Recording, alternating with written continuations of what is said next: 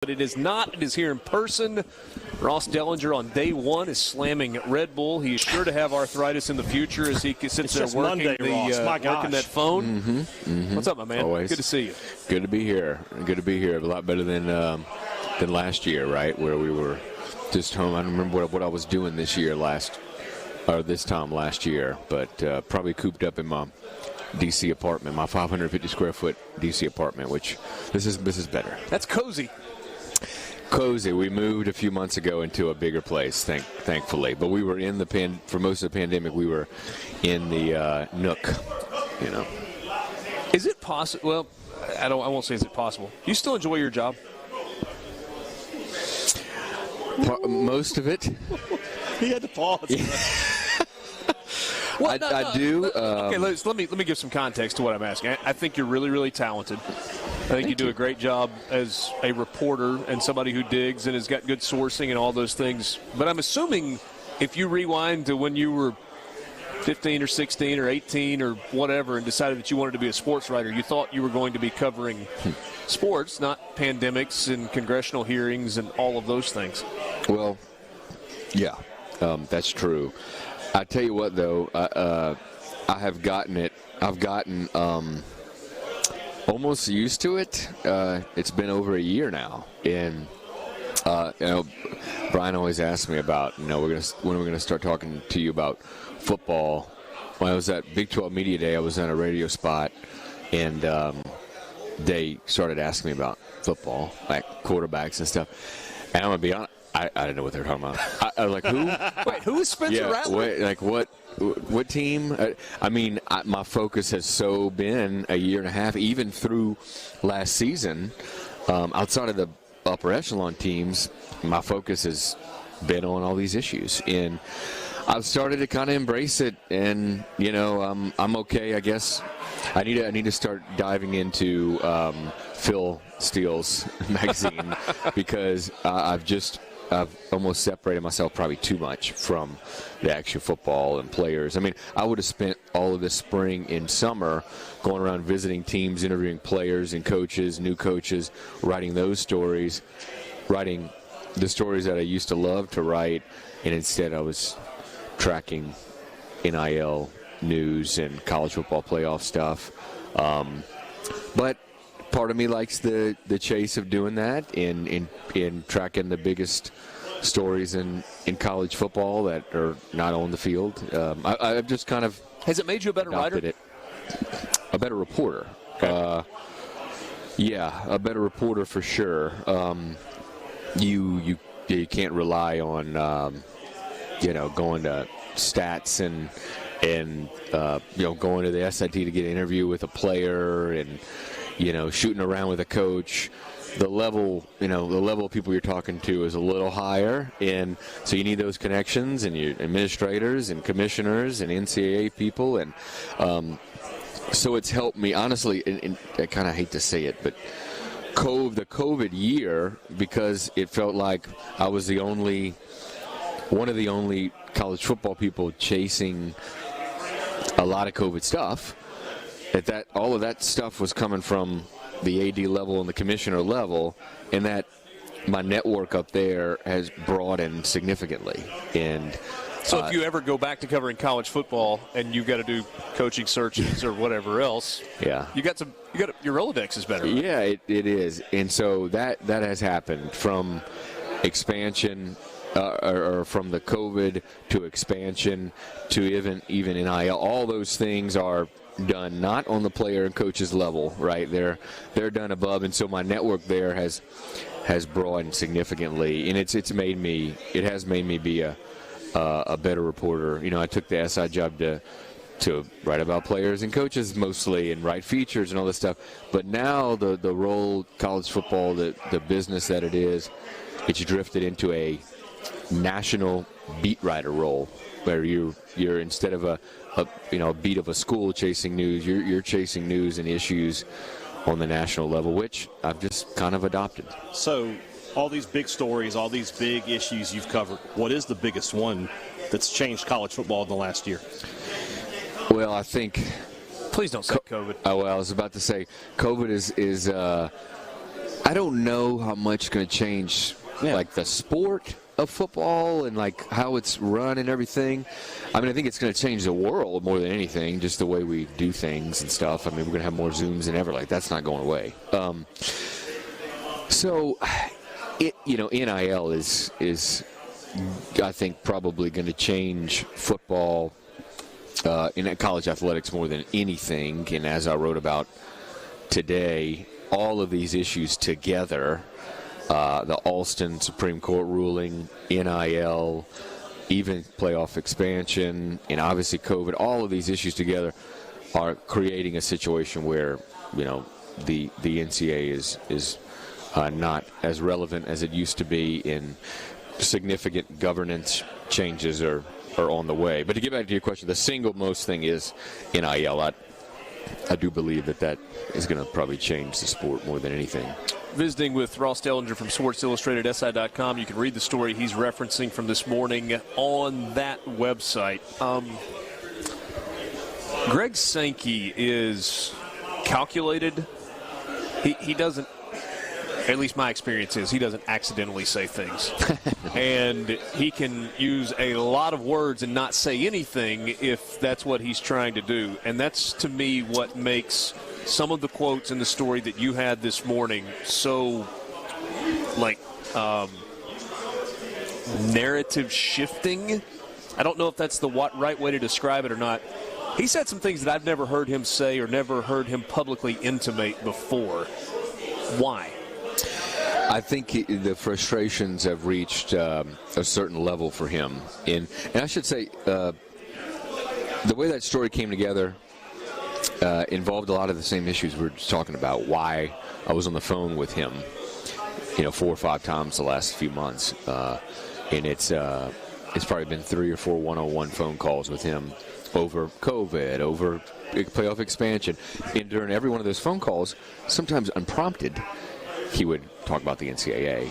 And finally I was like, okay, I'm just going to get you on the phone, and we're going to talk about the NCAA, and I'm going to write about your frustrations about the NCAA. And he agreed. I mean, that felt like a win there, didn't it? And so some of those quotes were from different conversations with him, but I think his frustrations have gotten to a level, and it's frustrating on 3 accounts. Number one, which he's talked about at length, is the enforcement. Right, the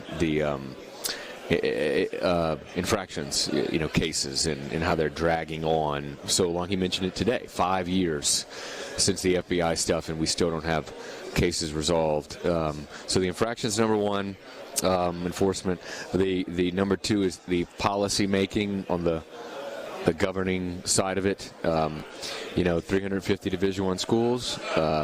They all have basically a representative on committees who make rules for all of them to abide by, pretty much. So they're, someone said to me, University of Florida athletics is following all the same policies as Fordham. Like, University of Florida makes $150 million a year, Fordham makes $20 million a year, whatever. Why is that happening? And we've seen the fissures in the NCAA, that governance model. Really, we've seen the fissures come to light over the last year because of COVID in NIL also. And the big guys are going to have to start making their own rules. So he's frustrated with that. I mean, I have ADs in the league tell me they want to offer every single one of their athletes scholarships, full scholarships, get rid of the equivalency. Mississippi State, Ole Miss is a great example of baseball programs that could more than afford to give full scholarships to their baseball players.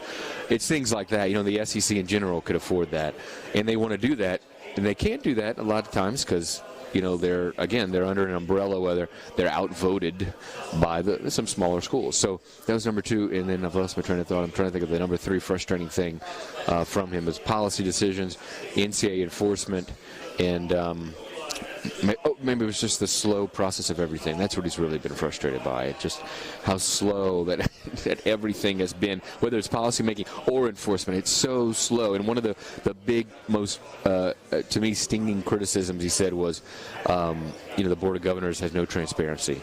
And that's like, wow. Yeah. And that's the top policy-making board in the NCAA. You got time to hang for Sure. 2 more minutes? Ross Dellenger, Sports Illustrated, going to continue with us. We'll ask if the question that Michael Borky asked earlier in the show today about why now in terms of, we've got to speed investigations up, and also what this means. How do we get from really good sound bites to change? Is there a shift coming? We'll continue this conversation with Ross Dellenger from Sports Illustrated at SEC Media Day. Things thinning out up and down Radio Row as we get a little bit deeper into the day. The activity for the first 3 teams has come to an end, with Florida, LSU, and South Carolina wrapping up their day. Tomorrow, Georgia and Tennessee in the morning, and then Kentucky and Ole Miss in the afternoon. On Wednesday, it's Mississippi State and Texas A&M in the afternoon after Alabama and Vanderbilt get things started. And then on Thursday, Missouri, Arkansas, and Auburn. We are continuing our conversation. The guy who got a shout-out from the commissioner of the SEC during his state of, college football, the SEC address today, Ross Dellenger from Sports Illustrated. What was it Greg Sankey said to you today? Yeah, he's just... That's twice you made him take that breath. That's 2 times. So back when I was covering LSU as a beat writer, specifically probably from the years of 2016 through 2018, if you guys remember, one of the big topics of discussion, one of the big issues, was alcohol sales in stadiums. Yeah. And as an LSU beat writer, that was something that my readership cared deeply about, right? I mean, it was a passionate topic, and I wrote a lot about it, as much as anybody in the league. And every time I would see Greg, it was something I asked him about, for multiple years in a row. And there was one specific year down in Destin, I think it was, I don't even remember now, but where I asked him about it, he evaded the question in some way. Somebody else asked a question, and then I came back and said, so back to beer. And and I didn't even mean it as like the funny, and the whole room cut up, and Greg just looked at me like, really, Ross? And so I think he mentioned on the thing my obsession with asking about beer and alcohol is what and then of course that year or the year after that, the SEC lifted its ban on alcohol, which, as we all know, is ridiculous. But yeah, and I've talked to Greg about it. I'm like, you got to understand, where I worked, the people there. I mean, that was a big story. Basically, the SEC wants to thank you right now. Yeah. For you made that happen.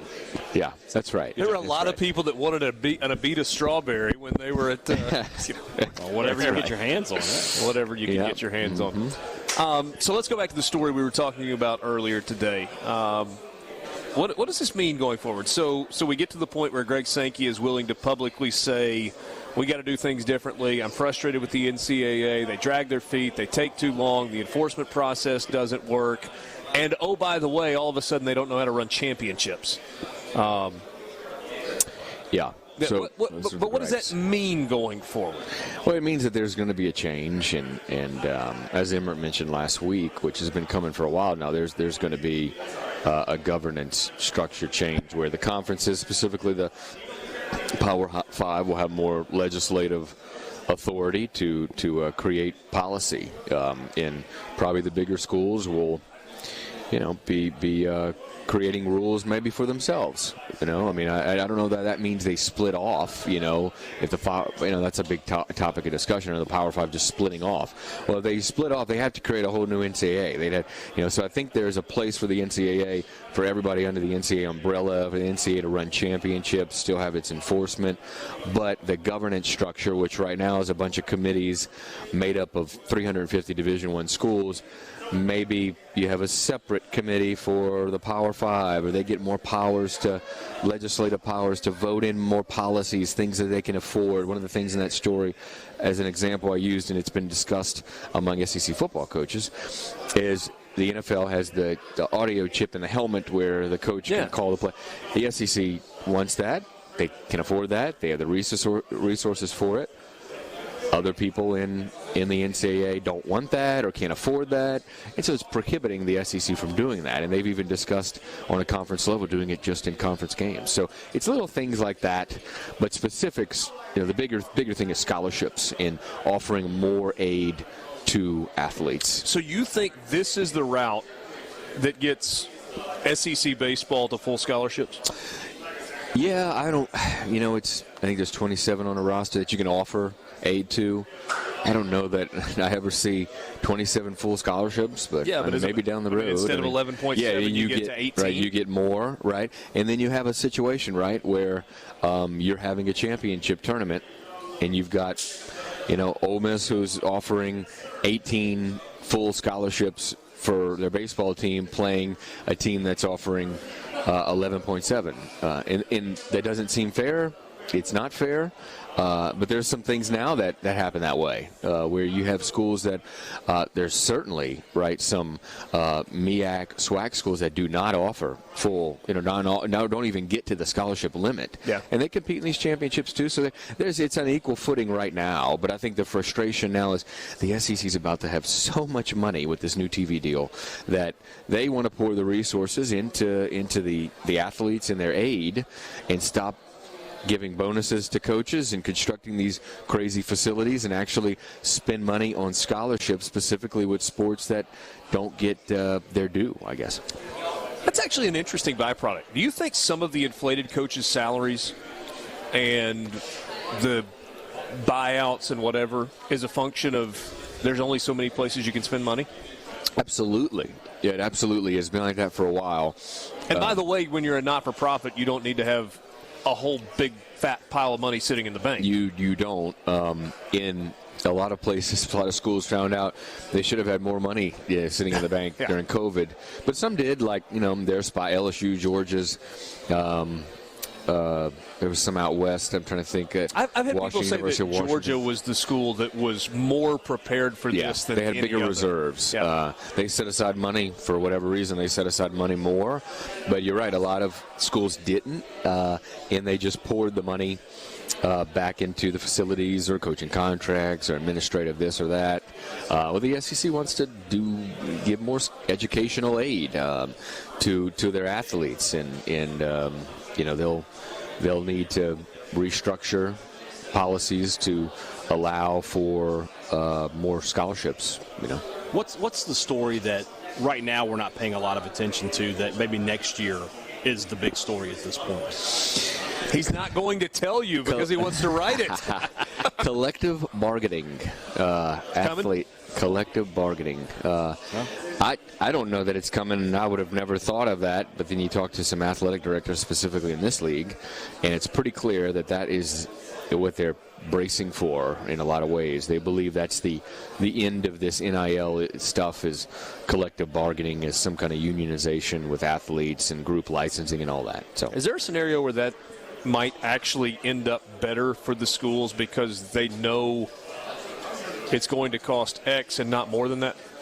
Like if you collectively bargain and you can budget for it's going to cost us $12 million, whatever that number is, we can budget for that $12 million, and we know it's not going over because we don't have to pay because we bargained for this number. Yeah, and also there's, without getting too detailed, there's some Title IX stuff involved with that. If you have a collective bargaining, I don't know that how much Title IX applies anymore. So there's that's a whole other segment of this situation. But that is definitely, I think we're going to have a group licensing.